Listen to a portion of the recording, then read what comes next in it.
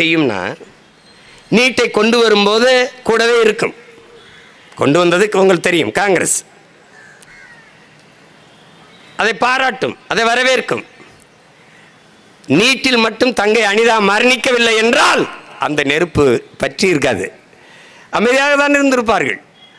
அவள் இறந்த பிறகு நம்மை போன்றவர்கள் கொண்டு வந்த அயோக்கிய பயல்கள் இவர்கள் தான், நீட்டை நம் திசைக்கு நீட்டியவர்கள் இவர்கள் தான் என்றவன, நாங்கள் வந்தால் நீட்டை ஒழிப்போம், எங்கே ஒழிப்போம்.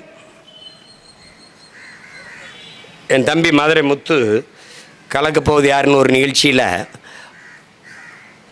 ஒரு அரசியல் தலைவராக உட்கார்ந்துருப்பாப்ல.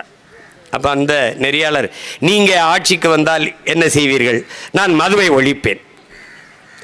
நீங்கள் இப்படி சிரிப்பீர்கள், நம்ப மாட்டீர்கள் என்று தான் இந்த பாருங்கள் ஒழித்து வைத்திருக்கிறேன் என்று இடுப்பிலிருந்து ஒரு குவார்டர் எடுப்பாப்ல. அண்ணா அது மாதிரி இவர்கள் அது தங்கை அனிதாவின் மரணத்திற்கு பிறகு பற்றி எரிந்த பெரு நெருப்பிலை பயந்து என்ன பண்ணுகிறார்கள்? அந்த நெருப்பிலை இவர்களும் ஒளிவாய், ஐயோ நாங்கள் வந்தால் நீட்டை ஒழிப்போம் ஒழிப்போம், ரகசியம் வைத்திருக்கிறோம்.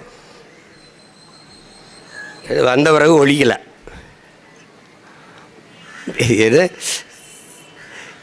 இப்போ நீட்டுக்கு எதிராக ஒரு தீர்மானம், கச்சத்தீவு மீட்புக்கு எதிராக ஒரு தீர்மானம். உலகத்தில் நமக்கு இந்த கச்சத்தீவு பறிபோனது, நீட்டை கொண்டு வந்ததில் கூட நான்லாம் வேதனைப்படல. இவங்க இன்னும் நம்மளை பைத்தியக்கார மக்கள் நினைச்சுக்கிட்டு வண்டி ஓட்டுறான் பாடுறாடே.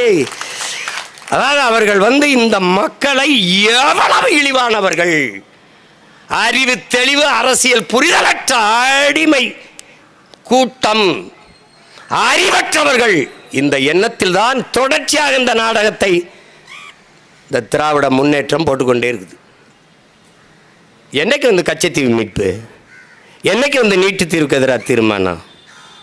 இப்போ அங்கே பேசாமல் இருந்துட்டு இங்கே வந்துக்கிட்டே வக்பு திருத்த சட்டத்துக்கு எதிராக தீர்மானம், இப்போ நீதிமன்றத்தில் வழக்கு. இப்படித்தான் நீட்டுக்கு எதிரான தீர்மானம், நீட்டுக்கு எதிரான வழக்கு. சட்டம் நிறைவேறிவிட்டது, உச்சநீதிமன்றம் எழுதுன்ட்டு போயிட்டது.